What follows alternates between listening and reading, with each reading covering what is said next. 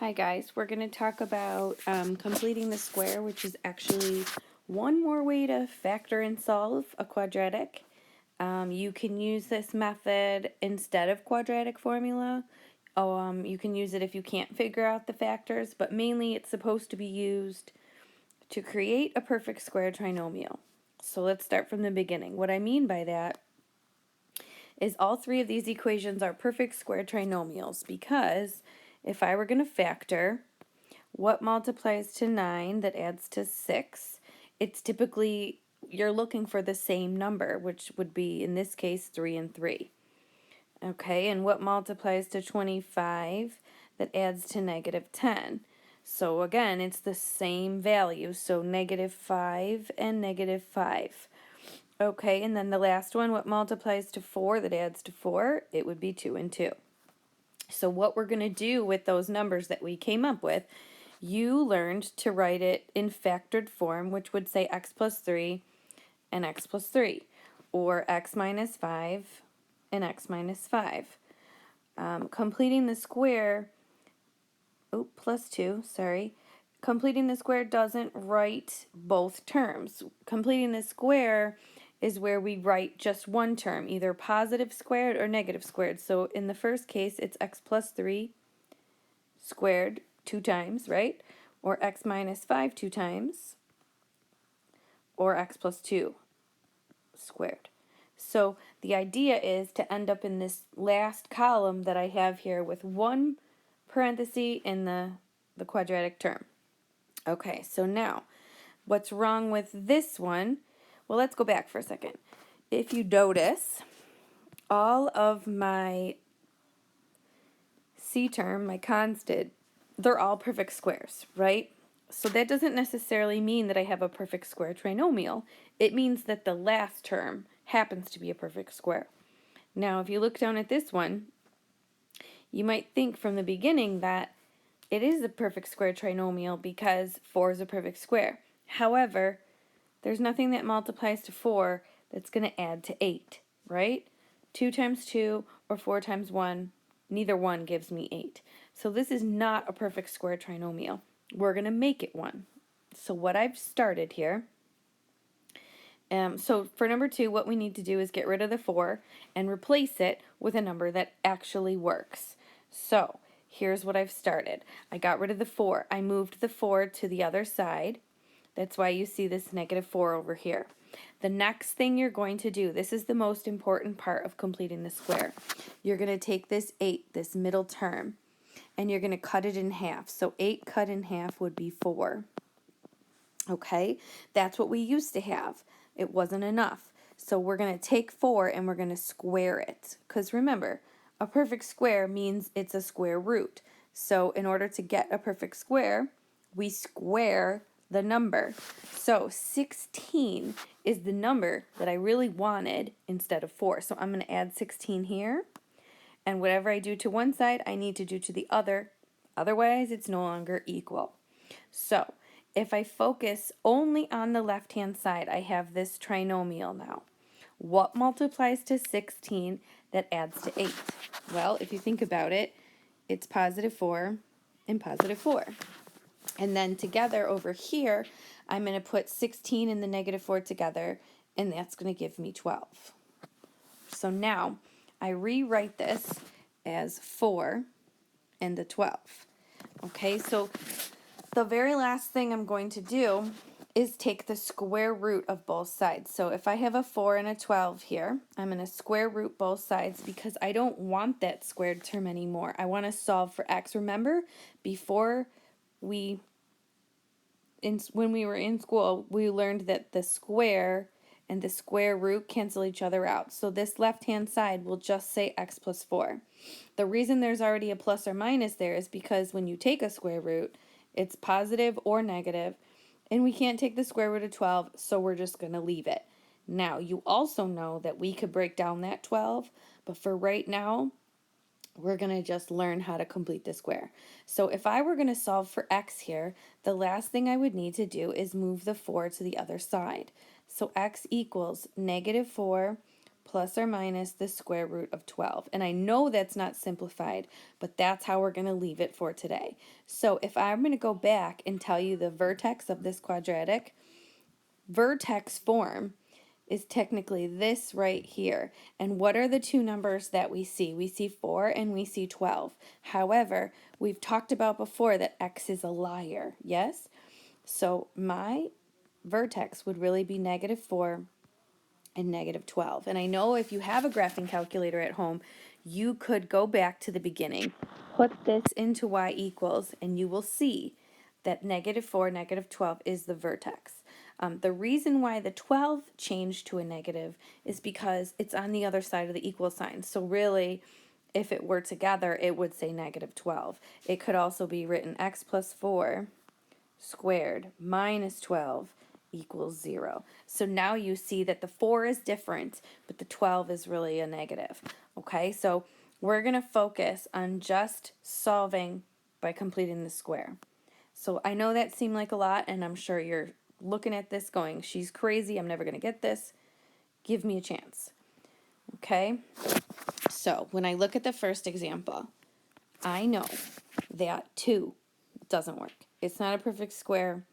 I can't find something that multiplies to 2 that adds to 4. So what I'm going to do is I'm going to put the 2 on the other side by subtracting it, right? So if I move it to the other side, it will say -2. Now I left a space here because you know I'm going to come up with a new number that actually works. So half of 4, I take half of this middle, right? And I square it. So half of 4 is 2. And 2 squared, well, that gives me 4 again. So that means in this spot, I should have added a 4. So I'm going to put +4 and +4. Whatever I do to one side, I do to the other. Okay, now, so we're only, well, let's simplify this. We get 2 over here. So if I'm factoring the left-hand side, this trinomial now, what multiplies to 4 that adds to 4? Well, we did it already. It's 2 and 2. Okay, where we want you to write it x plus 2 squared equals 2. So now, in order to solve for x, I need to get it out of that parenthesis and get rid of that square. So I'm going to square root both sides. So this is going to end up saying x plus 2 equals plus or minus, and I cannot take the square root of 2, so you leave it. -2 to the other side. I can't put those 2's together. One is just a -2 and one is under the square root. So you write it just like that. That is my answer. Okay, let's try another one. So we're coming over here. Now guys, I'm trying to move quickly because I don't want this video to be so long. So that way you can pause it and play whenever you need to, and you can move at your own pace. And if you don't need to watch the whole thing, then you don't need to watch the whole thing. I'm going to move the 30 over because we already know I can't use the 30. So how do I come up with this number? I take half of 14. So 14 cut in half is 7. And then I take 7 and I square it, which gives me 49. So I'm going to add 49 to both sides. So plus 49 here. And whatever I do to one side, I have to do to the other. Okay, so now I'm going to have 49 take away 30 over here is 19. Okay, and then I'm going to factor the left. So what multiplies to 49 that adds to 14? It's -7 and -7.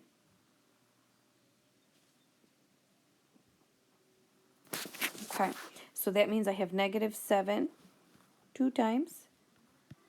And then to get rid of the square, I square root.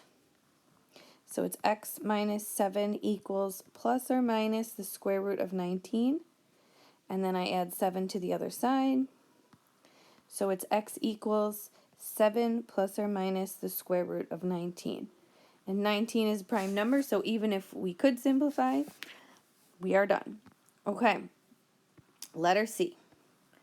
Now, I know there's a 2 already over there, but it doesn't matter. Even if I brought the 2 back and that would give me -8, that still doesn't work. So what I'm going to do first is I'm going to get rid of that 6 and add it to the other side and join it with the 2. So it's going to say x squared minus 12x equals 8. So now I need a new number. So half of 12 is 6, and 6 squared is 36. So I'm going to add 36 to both sides. And so this is x minus 6, x minus 6. If I factor the left, what's 36 plus 8? 44. So then I'm going to write this as x minus 6 2 times equals 44 on a square root. So this is going to turn into x minus 6 equals plus or minus the square root of 44. And like I told you earlier, we can break down 44. We can make it smaller with 4 and 11, but we're not doing that today. We're just going to focus on solving for x by completing the square. So 6 plus or minus the square root of 44. And that's my answer. Yes, it's going to stay as a square root. Okay. Now, next one, moving the 6. So x squared plus 12x. I'm going to move quicker and I'm going to skip some steps. So I hope that doesn't confuse you. You can email me. Okay, so half of 12 is 6. And 6 squared is 36. So that's what I'm adding to both sides. So this is really going to say x plus 6 squared equals 36. Take away 6 is 30. Square root. X plus 6 equals the square root of plus or minus 30. Again, we can break down 30. We're not doing it. Minus 6. So x equals negative 6 plus or minus the square root of 30. And that's our answer. Okay, letter E. Removing the 1. It doesn't work. It's going to say equals negative 1 when I move it and subtract it. So half of 5 is 5 over 2. And 5 over 2 squared is 25 over 4. I just squared them both. Okay, the reason I'm leaving it like this is because it's either easier to leave it as a fraction because we're eventually going to take a square root, or you can leave it as a decimal, but if it's a lot of decimal places, it's probably better to leave it than round it. So now, when we are coming up with a factor here, it's going to be x plus, well, let's think about it. What multiplies to 25 over 4 but adds to 5? It's usually half of the middle. So 2.5 or 5 over 2. So when I add together negative 1 and 25 over 4, this is where I'm going to get 5.25. No big deal. It's a decimal. You can make it a fraction. It could be 5 1/4. Okay, and then we're going to square root. So this is going to say x plus 5 over 2 equals plus or minus the square root of 5.25. It's a decimal, and we're leaving it a decimal just like we did the rest. We're going to move the 5 over 2 to the other side, so it's negative 5 over 2 plus or minus the square root of 5.25. And that's it.